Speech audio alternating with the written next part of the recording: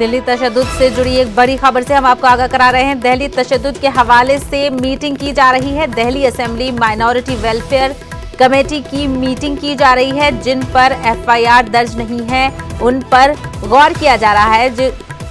Meeting में कई लोग जिन पर एफआईआर दर्ज नहीं की गई है उनके मामले पर गौर किया जा रहा है। दिल्ली पुलिस ने कई मुतासरीन की एफआईआर दर्ज नहीं की गई है, जिनकी वीडियो भी इस मीटिंग में दिखाई जा रही है और कई वीडियोस कमेटी के सामने पेश की गई हैं जिन पर एफआईआर दर्ज नहीं की गई है। ऐसे कई अफराद हैं जो दिल्ली तशद्दुद में मुलव्विस थे, जिनकी वीडियो सामने है लेकिन कोई एफआईआर दर्ज नहीं की गई है पुलिस की तरफ से।